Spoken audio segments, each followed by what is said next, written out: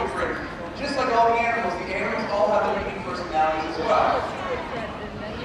So doing behaviors that the animals already knows and reinforcing them very well, Leah is able to build a relationship in these relationship building sessions.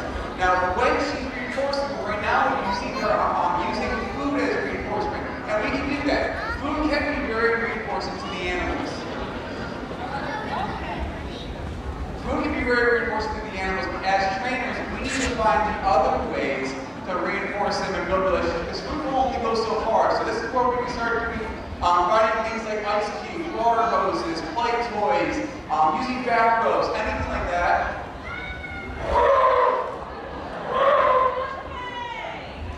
Anything like that, we're able to use those other things to build our relationship with the animals. Now, what Leah kind of did there at the end, that was a newer behavior for Dana. So she was able to use, you did very, very good, Dana. Thank you guys.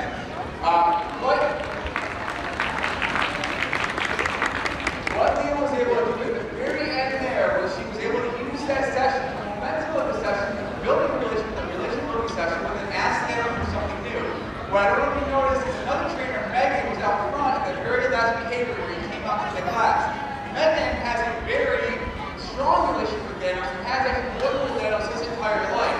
So we're able to use that partnership of a new trainer as well as an old trainer to train those newer behaviors and again kind of build that relationship with Leah, who is a newer trainer with Daniels.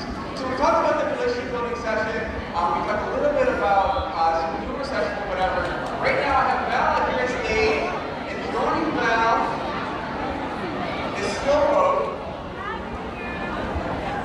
Now Slowpoke is a very, very special animal. She is a Pacific walrus who is part of what makes Slowpoke so special is that she is the oldest walrus in any marine park in the entire world. Slowpoke is actually one of the two animals who's still here at the stadium that when I first started is still here with us today. She is a very intelligent animal, a very, very relationship connected animal, but it's really been interesting to see her kind of change and develop throughout her different stages of her life. As she was younger, she was obviously doing very different things and learning a lot more. Now as a veteran animal, she's doing a lot of training through the trainers, kind of like Leah. Now what you see Leah and Val doing with Slowpoke is basically brushing her teeth. So all the animals here, we can train them on voluntary husbandry behaviors. Now all these husbandry behaviors mean is if we do a session like that, it just means for their health care and well-being. So husbandry just means health and well-being. So we can brush your teeth. Other very important husbandry behaviors, we can get voluntary blood samples, we can get respiratory samples, x-rays, ultrasounds. But this, for instance, can be a way that we are able to clean the animal's teeth voluntarily and then letting us do it. That voluntary aspect of it is very, very important. One, we need them to participate in their own health care, or else we want to be able to do a lot of the diagnostics that we can get for our veterinary team. Without them voluntarily participating in their own health care, we wouldn't be able to treat them for a lot of the treatments that they might need based on the veterinary team's decision making, based on the diagnostics that they receive. Cleaning her teeth kind of like this and having it voluntarily, again, is an extension of that relationship. If she didn't trust us or feel comfortable, she wouldn't agree to have it. Because she does feel confident in us, and because we built a very strong relationship with her, she's comfortable letting us do these behaviors voluntarily. Now, it's important for her, as well as for us, to maintain good dental hygiene. So, those teeth that she has are located farther in the back of her mouth. They're used for crushing clams, per se, or something from the hard shell, getting rid of the shell, and she's sucking the inside part of the clam. That's actually what she's doing right now. Clams are going to be the largest part of her diet. In addition to the clams, you're going to have herring, squid, capelin, and each animal's diet is designed for each specific animal. Now, what you're actually seeing right now is kind of part of the husbandry session, but also part of a relationship building session. So what we're doing right now is we're actually using the same look that you guys may use on yourselves in the shower or the bathtub, and it kind of gets that skin off of her. This thing will get the skin off of us, but being a tactile interaction, we can use that tactile interaction to build a relationship with them. And I know I've gone back into this relationship over and over again, but that is because it truly is what allows us to do everything here at SeaWorld. We didn't have a strong relationship with all these animals, and these animals didn't trust that we were going to interact with them on a positive basis. They were just choosing not to. that is the beauty of how the animals in SeaWorld, is the animals always have a choice. They can say yes, they can say no. And as you can see right now, she is clearly saying yes. But these husband behaviors are really the fundamental, the basis of the first things that we're ever going to train. We also can do physical therapy with some of the animals. If it's based on their need, and our veterinary team can actually decide this is what we want to do with them.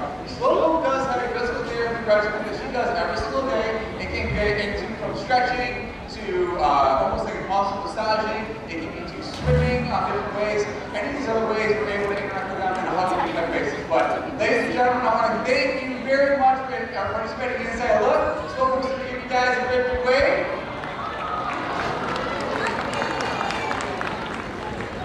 And coming up here in just a few moments, we're going to go on with the Streamline and Honor Spotlight. But ladies and gentlemen, enjoy Inside Look. Have a great day, guys.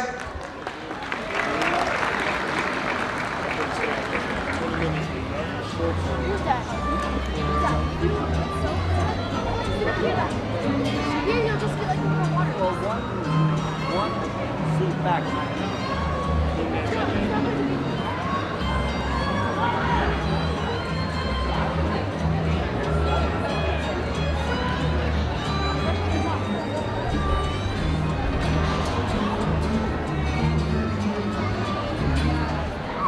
Welcome to the Pacific Point Marine Mammal Conservation Center. Here are a few tips to make your visit even more enjoyable. Number 1. Those of you seated in the soak zone, you might get very wet. Number 2. If you need to leave at any time during the presentation, please exit to the back of the theater. And number 3. If you need to, number 1 or number 2, restrooms are located outside of the center. Thank you.